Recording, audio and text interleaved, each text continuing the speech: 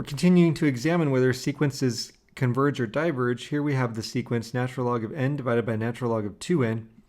And we have this in curly brace notation, and it looks like it's a set, and that's because it is.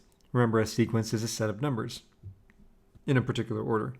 If I want to consider the limit of this sequence as n approaches infinity of the natural log of n divided by the natural log of 2n, I'm a little bit stuck here because I end up with the indeterminate form infinity over infinity. I'm thinking I'd like to use L'Hopital's rule, but that requires derivatives, and derivatives are defined only for continuous functions. Therefore, I can't take derivatives of the natural log of n or the natural log of 2n. But I can make a subtle change. We can consider the limit of the related function as x approaches infinity of the natural log of x divided by the natural log of 2x. And it looks like all we've done is change the letter from n to x, but remember, the domain of n is a set of discrete numbers, and the domain of, when it's related to x, is a continuous function in this case. Applying L'Hopital's rule, we get the limit as n approaches infinity of 1 over x divided by 1 over x, which equals 1. Since our limit is finite, this sequence is convergent. An alternative way to go with this would be to apply properties of logs.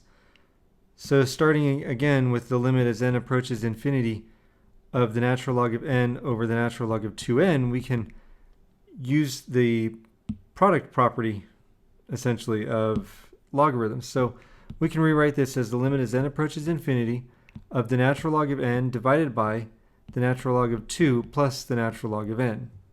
As we did before, we can divide by something related to the variable in the denominator, really, is what's going on.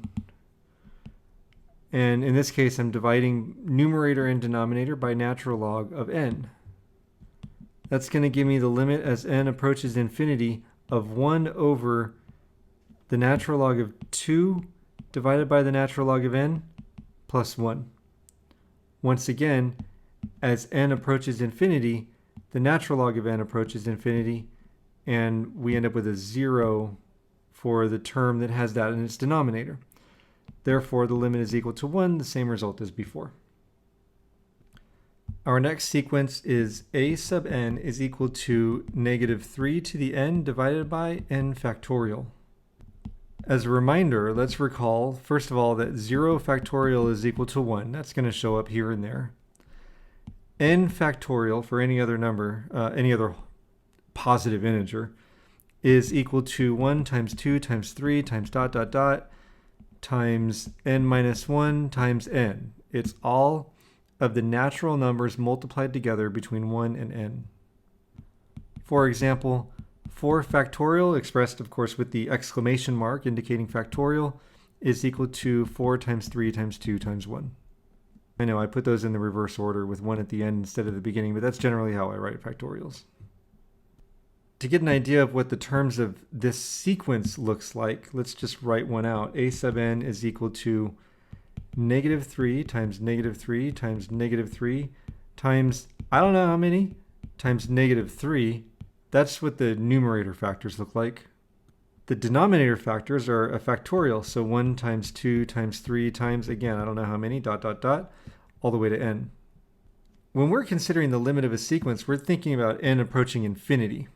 So we're much more interested in knowing on what's we're much more interested in knowing what's going on when n is large, not when n is small. Therefore, we can discard a few terms if we need to, and that's what I'm about to do. For n greater than 3, well, first of all, for any n, the absolute value of a sub n is greater than or equal to 0. And the absolute value is also equal to 3 to the n divided by n factorial. And you said, what about the n greater than 3? We'll get to that in just a second here. One way to express 3 to the n over n factorial is, instead of a fraction that has a whole bunch of factors in the numerator and a whole bunch of factors in the denominator, we can make a whole bunch of fractions, like 3 over 1, and then times 3 over 2, times 3 over 3, times dot dot dot, again I don't know how many, times 3 over n minus 1, times 3 over n. Now I'm going to do just a little bit of rewriting. First fraction, 3 over 1. Second fraction, 3 over 2. I know, just sit tight with me. Third fraction, 3 over 3. Well, that's 1. I'm not going to write it because we're just multiplying things together. Now is where things get just a little bit interesting.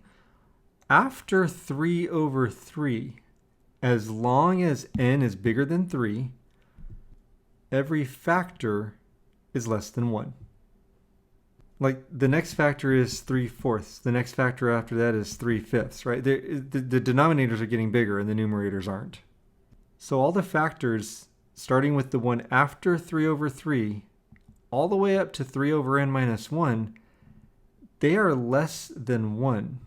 So if I finish this up by including simply the 3 over n as the last factor, so I have 3 over 1 times 3 over 2 times 3 over n, then I realize I've written down something incorrect. I wrote equals here in front of all this, and it really should be less than or equal to, because all of the stuff in purple is less than 1.